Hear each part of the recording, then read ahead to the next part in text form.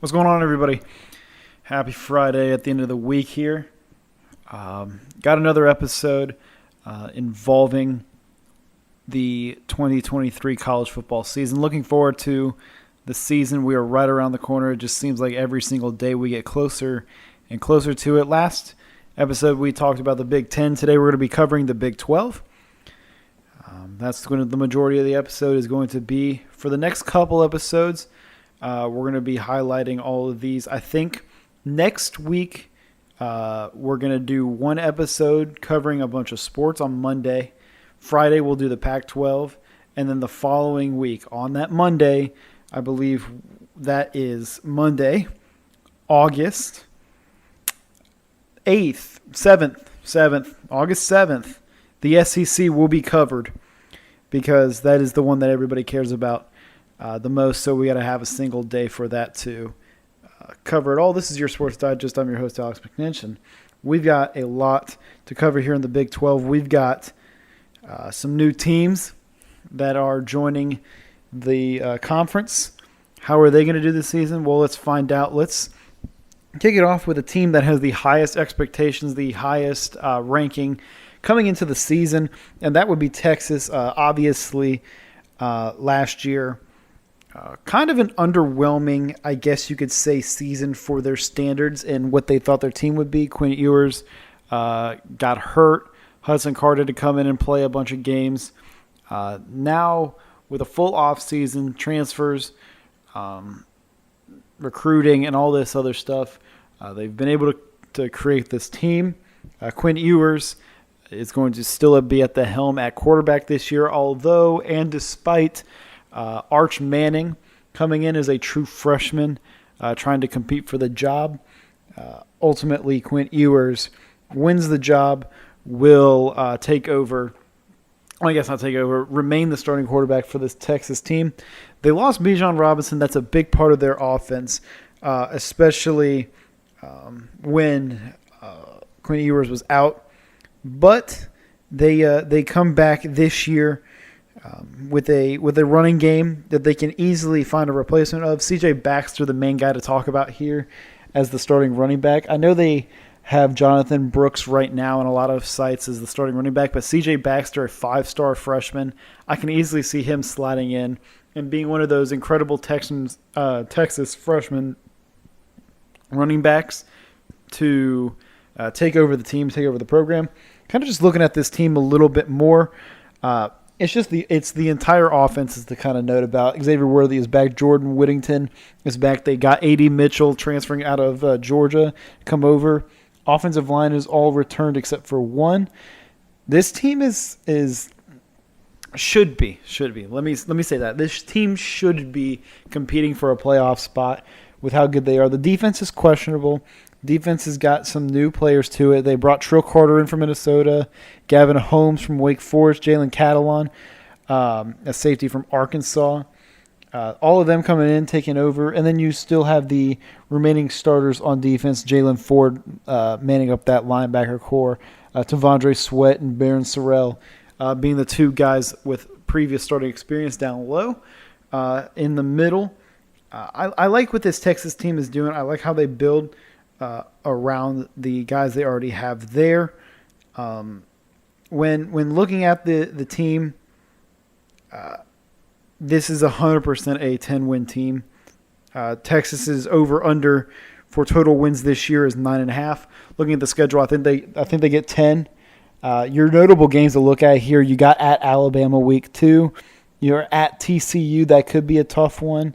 Obviously, always playing against Oklahoma is a tough one. We'll talk about them in a second. But with the incredible mixture of offensive versatility with a defensive staff, or I guess a defensive group that comes in, some transfers, some not, that's going to be an immediate impact, showing that Texas defense that we all know from the early to mid-2000s. It'll be interesting. Barron Sorrell, a guy to pay attention to on this Texas defensive end. He was fantastic last year. 9 tackles for loss, 5.5 sacks. Get ready for him to have a big year this year. He might not be a returning starter. He was a rotation guy. This year he has a chance to start. Pay attention to him for this Texas team this upcoming season. And then to move on to the team we just talked about being might cause a little bit of chaos for this Texas team. That would be the Oklahoma Sooners. They return, I believe, 14 starters, 7 on the defensive side, 6 offensive. Dillon Gabriel being the guy to mainly return for this team at quarterback. You lost a couple guys, mainly on the offensive line, but you returned back 2 guys that were starting, 3 new guys that have not already started. You have Dillon Gabriel, like I mentioned, he's returning back. Jalil Farouk and Austin Stogner, your big wide receiver and tight end that will be your main factors in this offense this year. And then on the defensive side of things, you have Danny Stutzman, who's a linebacker. He's going to be the guy up front there, a junior, 6'4", big dude. And then Woody Washington, your lockdown corner as your DB1 right there, a senior. A little undersized, but still got some good hands and great in coverage. Oklahoma said, hey, we're going to do what everybody else does, and we're going to go out in the transfer portal. They get Brennan Thompson, a wide receiver from Texas, bring him over to Oklahoma, see how he can do there. Deshaun McCullough from Indiana comes over. And then you shore up that defensive line a little bit more with Jacob Lacey from Notre Dame and Adepoju Adebawore, a 5-star edge rusher as a true freshman, could come in and make some noise here pretty quickly. It's all about how is this offensive line going to play, and the defensive unit, will they be able to kind of mainstay and keep producing throughout the season. Luckily, their secondary is very experienced. 3 of the 4 main guys in that secondary, all returning starters. One of them being a rotational guy last year. It'll be interesting to see. Dillon Gabriel, obviously, is a very solid quarterback. Fits right into what Brent Venables' offense is trying to be. Obviously, he's not the guy to necessarily man that offensive front, but Gabriel, good enough to maintain and play in that. But the weapons he has is questionable. You got your top guys, but there's not really much depth after that, although they could prove us wrong and some guy can break out eventually and help this team. I think if you're looking at Oklahoma this year, their total wins are set at 9.5. I think they can win 9, right? So I guess technically if you're taking the betting, you'd go under, but that's not to discredit how this team is. They've just got a couple of away games that are kind of tough that you're playing at. And then obviously you got to play Texas, so it's always going to be a struggle there for Oklahoma. So 9 wins is probably a good range for this Oklahoma team. And moving on to another team that I think has a really good chance to kind of, defy some odds, I guess, break out a little bit in comparison to the other teams. And that's Kansas State, who had a fantastic into their season, won the last 3, and then the Big Ten championship game, ended up beating TCU. Unfortunately, played Alabama in the Sugar Bowl and lost that one, but you lost a couple guys. If you're Kansas State, you lost your main pass rusher. You lost Julian Brents, a fantastic DB. Deuce Vaughn, your outstanding undersized running back. You lost all 3 of those guys, but you're returning 12 starters, and most importantly, 8 guys on the offensive side that are returning. Will Howard being the most notable as your starting quarterback, threw for 1,600 yards last year. He was the guy that was kind of your number one guy as your quarterback. He took over when Adrian Martinez got hurt last year, but he was awesome down the stretch at the end of the season. Like I mentioned, he's back to return. Phillip Brooks, your standout wide receiver for this team, had 500 receiving yards last year, a couple touchdowns. He is poised for a bigger year. Your entire offensive line is back. Every single guy on the offensive line has returned from last year, and that's a big piece, especially in the Big 12 where it is just all about offense. You need to have the better offense than the other team. Maintaining that good offensive line is going to be an important thing, and Kansas State having their entire offensive line back is a huge advantage. Khalid Duke and Kobe Savage on the defensive side is some guys to kind of note on. Kansas State also went in the portal. They picked up Trayshawn Ward, running back out of Florida State. They brought Keegan Johnson in, wide receiver from Iowa. Keep shoring up that offense, but it's not just the offense. The defense, they went and put some work in on as well. They got Marquise Sigley, a safety from North Dakota State. Obviously, if you know North Dakota State, they are a fantastic program at the FCS level. He's going to come in and be one of the mainstays at safety. Jordan Allen, a 4-star edge rusher, going to come in, could potentially find himself in the rotation pretty early on. And Trey Spivey, another guy coming in into the freshman class that could help out. But it's all about that offensive line. Sure, you lost Deuce Vaughn, who's a very important piece of this team, but Trayshawn Ward is also very, very, very good. You shouldn't see too much of a drop-off. And that the only issue is your depth. You're going to have a little bit of a rough part with your depth. You're going to have a lot of freshmen as your depth, hence why I kind of talked about these other freshmen coming in could potentially make an impact, because all those guys that were depth pieces last year are now your starters this year. So you're kind of in that situation where it's, you have all these guys that were considered great depth pieces, now your starters. Hopefully they can find ways to replace those depth pieces. Their total wins this year is set at 7.5. I think this is easily 8 wins, potentially even 9, depending on how they play to start out.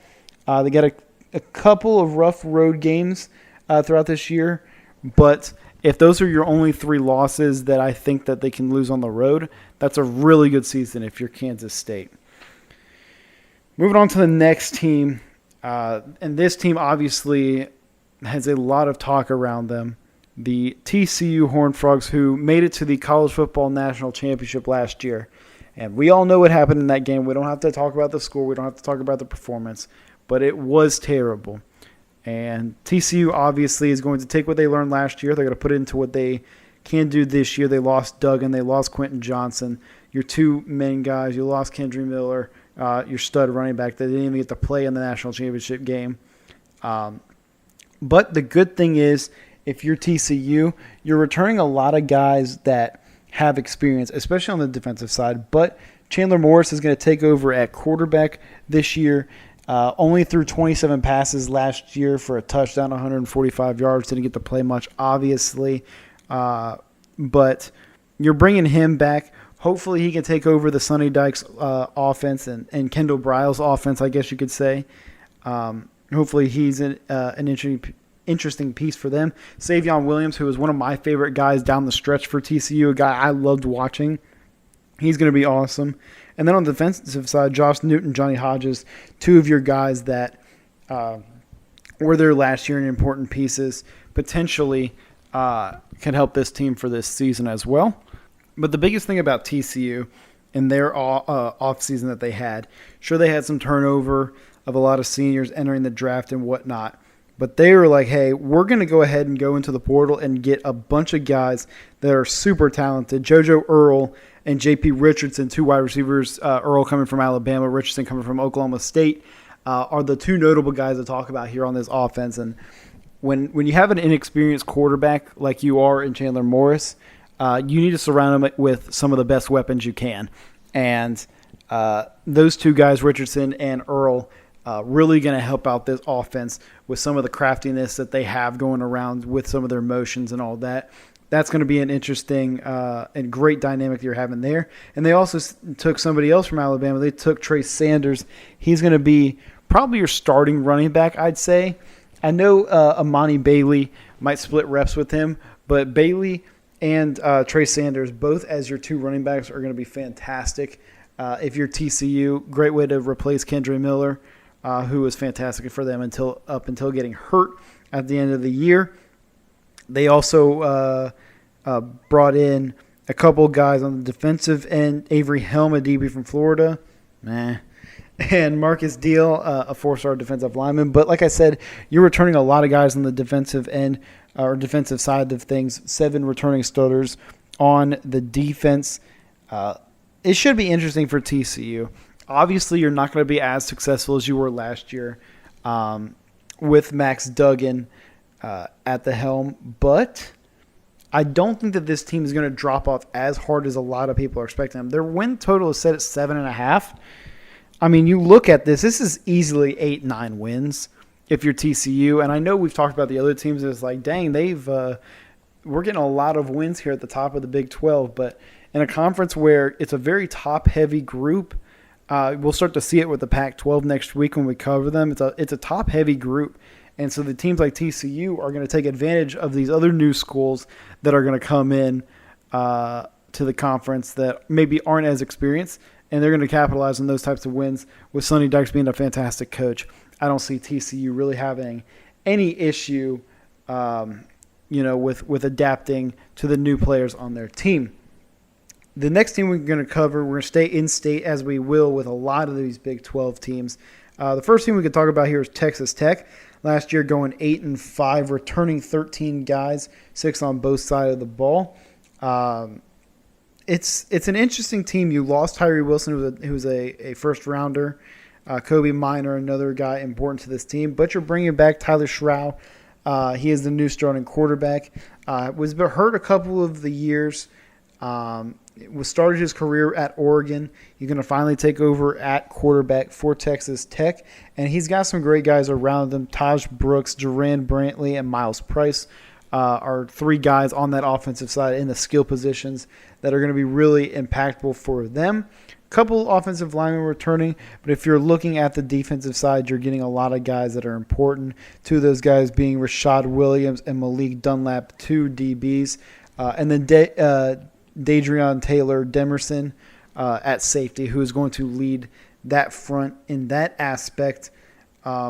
They bring in a couple of guys. Steve Linton, one of my guys I like out of Syracuse, an edge rusher. He's going to help. C.J. Bakersfield, a safety from San Diego State, who will instantly become an impact. He'll be playing the star for them probably. And then Dre McCray, a guy that not many people are really talking about. A wide receiver out of Austin Peay that's going to come in and be a meaningful piece of this team. And then Rusty Stats and Steve Linton, 2 dudes. Steve Linton, we've already just talked about. I think he's just going to be fantastic. I told you he's one of my guys. It's losing Tyree Wilson is huge. So to replace him with Steve Linton, who was very successful last year at Syracuse, it's massive. It's massive. Texas Tech, it's just all about being healthy.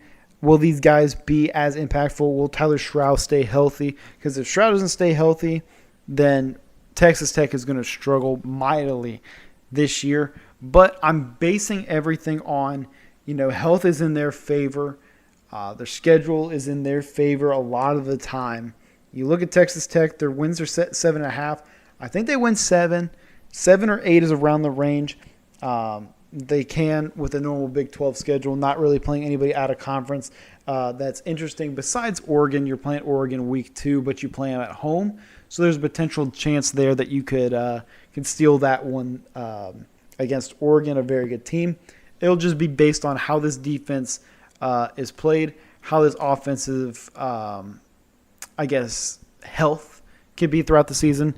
That'll be how Texas Tech runs their season. But we're going to also stay in state again and hop on over to Baylor and check out how Baylor's doing after, the past couple of years. You look at Baylor and you look at a lot of their success, especially at the quarterback with a new head coach, Dave Aranda, a couple of years ago coming into the program, taking over a head coach after Matt Rule left for the NFL.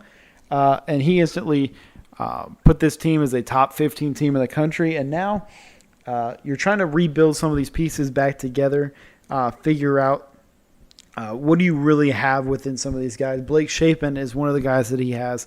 He will maintain at starting quarterback for Baylor this year. Obviously there was the whole thing with Shapen. Is he good enough to be a starting quarterback? Took over his freshman year in the bowl game and was fantastic for them. Has been the starter ever since. Monterey Baldwin and Richard Reese, a wide receiver and running back duo, 2 returning starters that are important for this team. They brought in Keatron Jackson, a wide receiver from Arkansas. The offensive line needed some help, so they brought in Clark and Campbell Barrington, 2 offensive linemen from BYU. They're going to be studs helping out this team. And if you go to the defense, you're looking at guys like TJ Franklin, Gabe Hall, Matt Jones, Bryson Jackson, all guys on that defensive side of the ball that is going to really help this team. It's just all about, will Blake Shapen return to the form that we saw him his freshman season at Baylor? You have an incredible running game I talked about with Richard Reese. You have Quaylon Jones, and you got Dominic Richardson, a transfer from Oklahoma State as well. There should be no issue on the offensive side of things if you are Baylor. It's all about this defensive issues within the secondary. You have some inexperience. Offensive line, a little inexperienced with some new transfers. It's a shaky year for Baylor. Their line set at 7.5 total wins. We're looking at probably 7 again. You got to play Utah week 2, which you could take advantage of if Florida puts on a good performance against Utah in week 1. Maybe you have a chance to, in week 2, take advantage of a weakened Utah team, or you can run into a completely motivated Utah team if they don't win week 1. Like I said, I think 7 wins are good enough for them. It's an interesting spot if you're Baylor with all the other top heavy teams in the Big 12. Oklahoma State is the next team we're going to talk about here. Oklahoma State last year was 7-6. 2 years ago was an unbelievable program, was a top 25 team in the country throughout the season. They lost a lot. Spencer Sanders being the main guy that they lost, transferring to Ole Miss, which we'll talk about that when it comes to the SEC and how all that's going to unfold within their program. Mason Cobb, a stud linebacker, went to the NFL. Dominic Richardson, we just talked about, and J.P. Richardson, we both just talked about, transferring to other schools within conference. But no need to fear. You do retain some guys. Brennan Presley at wide receiver, Kendall Daniels a safety, and Colin Oliver, 3 guys that you are keeping. Kendall Daniels, a name to really to look out for, a safety.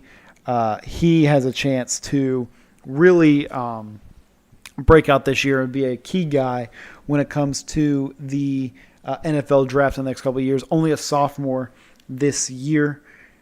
He will be really good for this team. And they went in the portal after losing some guys, and they brought back a lot of guys. They got Alan Bowman in, who is expected to be their starting quarterback. He's coming in from Michigan. They like him a lot. I don't know how much that's going to work out, but alongside with him, you bring in other guys on this offensive side to help. One of those being Arlen Bruce, the 4th from Iowa. Deshaun Stribling, a wide receiver from Washington State, who's going to be really helpful. Dalton Cooper on the offensive line, who can help. That's all a part of the offense that they went in to the portal and ended up helping out. On the defensive side, they brought in Justin Wright, a linebacker out of Tulsa, who can help out on this defense that really is just inexperienced. There's a bunch of guys that they've brought in as well. On the defensive side, you have a bunch of sophomores playing, especially in that secondary. It's questionable this year for Oklahoma State, who in the recent years have been known as one of the mainstays in the Big 12 of being those underrated teams. This year it might be a little different if you're Oklahoma State. Their win total set at 6.5. You're looking around 6 wins for this team.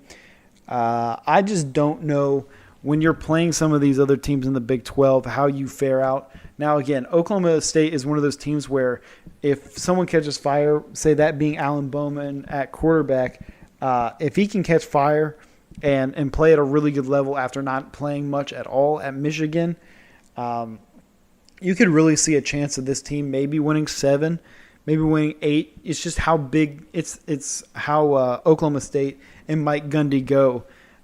They just shock teams randomly. But I think if you're looking at this team, it's more like a 7-win season looking out for them. Next, we're going to hop onto the team that might be my favorite team outside of, obviously, Florida and Southern Miss to watch within college football. And no, it's maybe not now because of one of my friends playing here. But the Kansas Jayhawks are such an interesting team. I love Jalen Daniels at quarterback. I really do. Devin Neal comes back. The whole wide receiving core comes back. Most of your offensive line is back. That is 16 returning starters to this team. 9 guys on the offensive side returning. 7 guys defensively. You have some great guys returning. All of the DBs that started last year have returned for another year. And they went ahead and said, hey, we're going to go in the transfer portal and we're going to get the best defensive back in the transfer portal available in Demarius McGee. We're bringing him in. Shout out Pensacola. Shout out my guy D. He's coming in and he's going to do some things for Kansas, whether it be on the special teams side as a returner or as a depth piece at DB. You can play him on the other side of the ball if you want to too. Trust me, I've seen some crazy things that he can do on the offensive side. But you also continue to add more with Dylan Brooks, not the Grizzlies player. Please, God, no, don't bring in Dylan Brooks. But a Dylan Brooks from Auburn, an edge rusher who will immediately help this team. And then the big addition to this defensive side, Devin Phillips, a defensive tackle from Colorado State, who is a big body, 325, going to man up that middle and be fantastic for Kansas. I just love this team. Devin Neal last year, 1,090 rushing yards, 9 touchdowns. Luke Grimm, one of your wide receivers, had 6 touchdowns. Lawrence Arnold, another one of your guys that is important, or I guess you could say LJ Arnold. He was important to this team last year, 4 touchdowns. This team, with so many returning guys, could make some noise in the Big 12 finally after all the years of being made fun of for being the laughing stock of the Big 12. They finally have a chance to overcome a lot of the odds that have been set for them. Their win total's at 5.5, and you look at their schedule, and it's your typical, normal Big 12 schedule. And if this team is as talented as I'm hyping them up to be and hoping that they are, they got game day last year. Let's keep pushing forward, Jayhawks, because I think this team is at least 7 wins for sure with the experience that they have. Jalen Daniels is awesome. Your wide receiving core is awesome. Your secondary, awesome.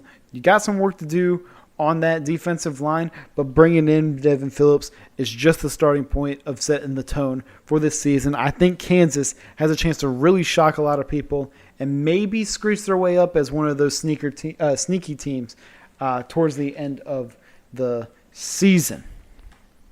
And we're going to move on to the final 2 teams that were originally a part of the Big 12. One of those teams being Iowa State, and Matt Campbell leading the way at head coach for that team has been in plenty of coaching rumors the past couple of years and has just really not put on too much at Iowa over the past season or so. At Iowa State, rather, was 4-8 last year. They returned a bunch of restarters, 8 on the offensive side, 6 defensively, most notably being Hunter Deckers, the starting quarterback for Iowa State, who had an okay year last year.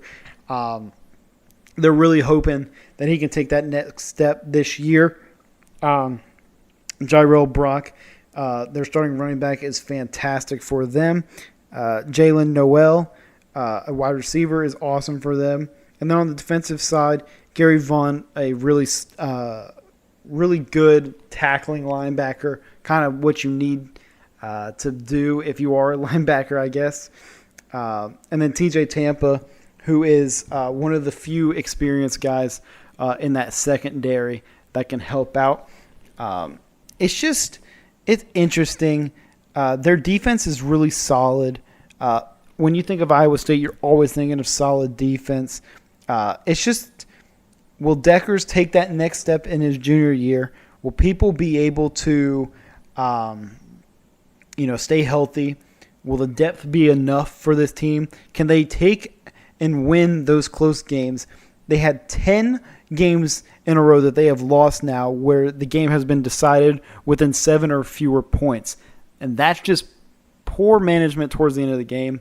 And I think that's the reason why Campbell has not found a head coaching job in the other leagues or other higher up programs, because that late game management is questionable. Is the moment too bright? I know a lot of people talk about that, but I don't want to, say that as a reason. But if you're looking at stats, it's easy to paint the picture that is the case. Iowa State win total this year is 5.5. I think they win 5. You just look at the schedule, and you look at a lot of these teams, and these teams are just better than they are. I don't see Iowa State making too much noise this year, and I especially don't see this next team making too much noise at all. This is potentially the bottom part of the Big 12 in West Virginia. You lost a lot of guys. You don't really retain as many, and the guys you've retained aren't as impactful for this team. You bring back a lot of your safeties and secondary guys. You bring back your starting running back and Tony Mathis. You bring back 4 of your 5 starting offensive linemen. It's just this team is not that good. Garrett Green is your starting quarterback. He was there last year as your backup for JT Daniels, which, my God, what is going on with him? This whole team is just very questionable in the way that it's going. I don't know how Neil Brown has kept his job for so long, these 4 years. It's just I don't get it. You bring in a couple guys, Devin Carter from NC State. He's going to be your number 1 wide receiver. I like him a lot. You brought in Montre Miller, DB from Kent State, who's pretty good, and you also got his buddy Jashawn Polk, who is a wide receiver from Kent State, who I think is going to be good as well. Beanie Bishop, another dude coming in. So your wide receiving core, you bring in depth, and your DBs, you have a lot of depth as well and a lot of good players. Your front 7 is just questionable. Your offensive line, yeah, they're returning stars, but they obviously weren't good last year. And then with Green being the quarterback, you just never know what you're getting. Their line is set at 5.5 wins. This is 4 or 5 wins this year for West Virginia. I think this is the year that Neil Brown ends up getting canned. But, as I say this, incoming West Virginia wins like 8 games, and Garrett Green is just one of the best quarterbacks in the country. That's just kind of how it goes whenever I do these types of predictions, because I don't know what I'm talking about, it seems like. And now we'll move on to the 4 teams that are joining the Big 12 this year. 3 coming from the American Athletic Conference, 1 an independent team. We'll talk about one of the worst, I guess, of the 4 technically on paper going into the year. And it's mainly because the biggest loss to this team is not anyone who plays on the field, but the guy who manages the guys on the field. And that's the Cincinnati Bearcats, who have been a mainstay in the I guess, at-large bids throughout the past couple of years, making a playoff appearance when Desmond Ridder was there. And Sauce Gardner, obviously, fantastic corner. Luke Fickell, as Cincinnati is moving on to the Big 12, says, "Deuces, I'm going to the Big 10. Scott Satterfield, now formerly at Louisville, coming in and taking over. And with head coach leaving, especially Luke Fickell, that means your entire team leaves. 5 returning starters for this Cincinnati team, and that is tough for them. Corey Kiner, their starting running back, I think is really solid. He's a good returning guy. Dante Carlone, your defensive tackle, who has been a rotational guy, a depth piece. I think he has a really good chance of breaking out this year for Cincinnati. But those are 2 really notable guys. Outside of that, a lot of these guys returning aren't too, notable, I guess. But when you have a whole roster overhaul, you're bringing in a bunch of new guys, and you bring in the former Florida duo in quarterback Emory Jones, who will be the starter this year, taking over for Ben Bryant, who transferred to Northwestern. Emory Jones will be starting at quarterback for Cincinnati this year, and he gets his buddy. They were actually really close while at Florida together. Xavier Henderson, brother of C.J. Henderson, a DB in the NFL, formerly of the Florida Gators. That's going to be their pairing. They also get D. Wiggins, a wide receiver from Louisville, in. Dorian Jones, linebacker from Louisville. Daniel Grisliak, a edge rusher from Utah State. But when talking about Emory Jones and Xavier Henderson, that was obviously Emory's favorite guy. Him and Jacob Copeland were his favorites that he targeted. Whether Xavier could catch the ball or not, that was the guy he targeted the most. Xavier, a late transfer portal, placement, transfer portal, put his name in, whatever it is. He put his name in the portal late, decided to go here, reunite with his former quarterback, Emory Jones, here at Cincinnati. You're kind of looking at this team. The line is set at 5.5 wins for this team. I don't think it's that bad. I think they win 6. It's just unfortunate because your entire roster is different. You don't know what's going to happen with the culture now that you're in the Big 12. What's it going to be like? Are you getting enough guys on this team that are Power 5 level players? You are getting Emory and Xavier, which are big gets for them, obviously playing in the SEC and performing at a high level in the SEC. Those are big gets. But, I mean, look at the schedule. It couldn't be that bad. You can easily see them stealing a couple wins. But from the pure roster construction at the start of the offseason, or I guess at the end of the offseason, this is on paper the quote-unquote worst, I guess, although I don't think it's that bad in comparison to other schools. But a team that I don't really see as much talent in are the Houston Cougars, and which sucks because one of my favorite guys going into the draft here in the next couple of years, into the transfer portal next year, I guess, Matthew Golden, a wide receiver for them. I really like his game a lot. I think he can be a stud. They lost a couple of guys, most importantly Nathan Dell and Clayton Tune, the starting quarterback of the team. They returned guys like Matthew Golden, I just talked about, Samuel Brown, another wide receiver, some guys on the defensive line that they've brought back. But for the most part, it's a lot of new guys coming into this team. But one of those new guys being Donovan Smith. He is transferring in to be the starting quarterback, coming in from Texas Tech. Had an okay career there. Finally wanted to move on to the next part of his career. We're just looking at this team.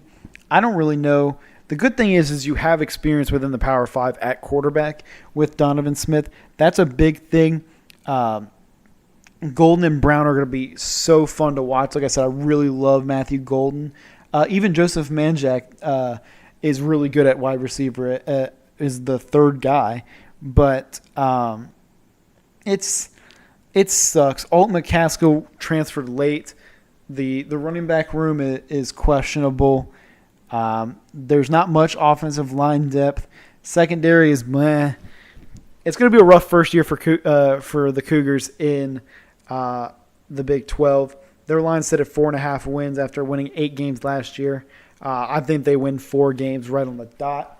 You just look at the teams. They have to play UTSA week 1, which you don't look at UTSA normally and are like, oh, that's an easy win. But this year and the past couple of years, UTSA has built a really good program. They're now the American, so they have a chance to really surprise some teams. That's not a good game to start off with week 1. And then you got to go at Rice where you're playing the 5-star demon JT Daniels in week 2. So after that, you're playing the Big 10 or the Big 12 schedule. And that's just unfortunate for them in their first year. So I don't really see too much going on with Houston for them in their first year in the Big 12. The third of the 4 teams coming in from out of conference. This one not from the American Athletic Conference. I misspoke at the beginning. This was an independent team, I guess you could call them. The BYU Cougars coming in to the Big 12, finally getting into a conference, which I'm glad about because they've always put on a solid team the past 10 years, I guess. They've put on a good production onto the field. They just needed the conference backing behind it like they have in other sports. Losing Jaron Hall does suck. Your starting quarterback. You lost a lot of your offensive line pieces, a couple of your offensive line pieces. The Barrington brothers that I mentioned transferred within conference now, I guess, earlier. But you do get to return some of these guys on this offense that are really good. Cody Epps and Keanu Hill, fantastic wide receiver duo that instantly will maintain an impact for this new starting quarterback that's coming in, and Keaton Slovis coming over from Pittsburgh and USC, I guess, before then. Had an okay year at Pitt, had some injuries, but looking to get a fresh start here at BYU, maybe take over, or not take over, but reinvent himself in his career. And with these two wide receivers in Epps and Hill, I think it could be a great start for him here with BYU. On the defensive side, Tyler Batty and Malik Moore, a defensive end and safety combo. Really interesting two guys to note there. I think they have a really good chance to surprise some people with some of their defensive versatility. They've got a couple guys returning, two main linebackers returning, and Max Tooley and Ben Brywater. I think both of those guys are good. Both safeties returning. We talked about Malik Moore. And then you bring in Eddie Hackard, a DB from Weber State, Isaiah Bagna from Boise State, a DN. And then on the opposite side, you get your starting running back there and Aiden Robbins out of UNLV. If BYU can find some momentum with this offense, they're going to rely on this offense heavily with Slovis having some Power 5 experience, hoping that with the two great receivers that they have, they can find some momentum going forward in this season. Their line is set at 4.5 wins. I think that's a little low for BYU. Sure, it's a new conference, but you have some experience already, and they're used to playing teams outside or already in the Power 5 conference with a win at Baylor last year. Yeah, they played Oregon. They've played Arkansas. They played Arkansas last year. Teams like that have already had some really good Power 5 experience. Like I said, they're set at 4.5 wins. I think they can win 5 games if you're looking at the schedule. They've got some pretty easy games within there, and I think they could steal some games within conference that you wouldn't be surprised if BYU has another successful program this year. And finally, the last team of the 4 new Big 12 schools. This one's going to mean a lot to somebody listening, and it'd be the UCF Knights. They are coming in from the American Athletic, been running that conference pretty much for the past 5-6 years now, with formerly Scott Frost at the helm. Now Gus Malzahn takes over in the past couple of years and transitions them into a Power 5 conference. Luckily, he has experience coaching at Auburn in the Power 5, let alone the SEC. He's going to bring in some good a good transition period for them. And if you're UCF, yeah, sure, you lost a couple guys on the offensive line. You lost a really good wide receiver in Ryan O'Keefe and your lockdown quarter in Devontae Brown. But the guys you keep and the guys that maintain there are still pretty good, and that being your starting quarterback in John Rice Plumlee, who originally started out at Ole Miss, plays baseball and football from Hattiesburg. Shout out. But he's going to take over. He's not going to take over. He's going to maintain the starting quarterback for this team. Already has SEC experience. Not going to be an issue there. And he also gets help. R.J. Harvey, the running back of this team, he had a very solid year last year. I like him a lot. Javon Baker, your main wide receiver for this team, alongside Kobe Hudson. Both of those guys are really solid wide receivers for this team. I don't see how that you can have a bad pairing with those two going into the Big 12, with those guys being primed for this type of football. And then you bring in another guy who has Power 5 experience in the SEC, and Trent Whittemore, the GOAT from the University of Florida. If you know he's the GOAT. And then on the defensive side of things, yeah, sure, when you're in the Big 12, it's known for the Big 12 not playing any defense. But UCF's got some dogs on the defensive side. Jason Johnson at linebacker being one of those guys. They bring in Derek LeBlanc, who, if he can get eligible, he's a transfer from Oklahoma. If he's eligible now that he's transferring within conference, what a get for UCF, excuse me, if they can get him eligible to play. That's a big get for this team. They also bring in DeCorian Patterson, a DB from Middle Tennessee State. And then obviously a guy to note, a Pensacola legend, Walter Yates, the third, going to be playing a hybrid safety linebacker for UCF. This UCF team is not bad, man. Their line is set at 6.5. I think, again, that's a little low. If you look at their schedule, they have 3 games at the start: Kent State, at Boise State, Villanova. And I think Your worst one there is Boise State, obviously, but I still think that's a gettable game. That's still a gettable game.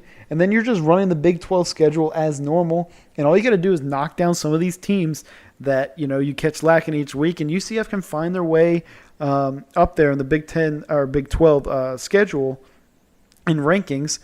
I think this is 7 wins for sure in the first year. And if you were to ask any UCF fan, how are the expectations going into the first year in the Big 12? And I told you they were going to win 7 or 8 games in the Big 12 in year one. They're probably ecstatic because they obviously know that there is going to be a little bit of an uptick in talent. They're going to have to play every single week, a much better coaching and stuff like that. And that's no shot at the American. It's just well known. I still think this team has a chance to continue making noise in a new conference, being in the Big 12. But that's my Big 12 outlook. There's a lot of teams to look forward to watching. Obviously, the top teams in Texas, Oklahoma, Kansas State, TCU, but then other teams to look out for, to keep watching. I mean, UCF now coming into the fold. My team, my favorite team now in this conference, Kansas. You even look at BYU, and hell, if Cincinnati can figure things out and Emory Jones can start clicking pretty quickly, there's a chance that they can make some noise again still too. So it's going to be interesting to see how the Big 12 plays out this year. But that's my breakdown of the Big 12. Again, next week, I believe on Monday we'll be doing Pac-12. Next Friday we're going to be doing no college football. We're going to be talking about everything else in sports within basketball, baseball after the trade deadline's over. We'll talk about some of the NFL stuff because right now there's a lot of injuries happening. Got to talk about all that when everything else is settled. Maybe there'll be some more signings and stuff like that. And then the following Monday, what everybody's looking forward to listening to, obviously the SEC season preview breakdown. And I've got some hot takes when it comes to the SEC this year. That's right. I'm looking at those 9 people that voted Vanderbilt to be number 1. We've got some talking to do. But that's going to be it for this episode. Thank you guys for listening. Follow me on all my socials at Your Sports Digest. Go check out the TikTok, the Threads, the Twitter, the Instagram, whatever you have of social media. Go find me on there. Keep sharing this podcast to people. We're almost to football season. We're going to do a lot of betting stuff when it comes to football this upcoming season, so stay tuned for all of that. I appreciate you guys all for listening. Until Monday, I'm Alex McNinch, and you just got your Sports Digest.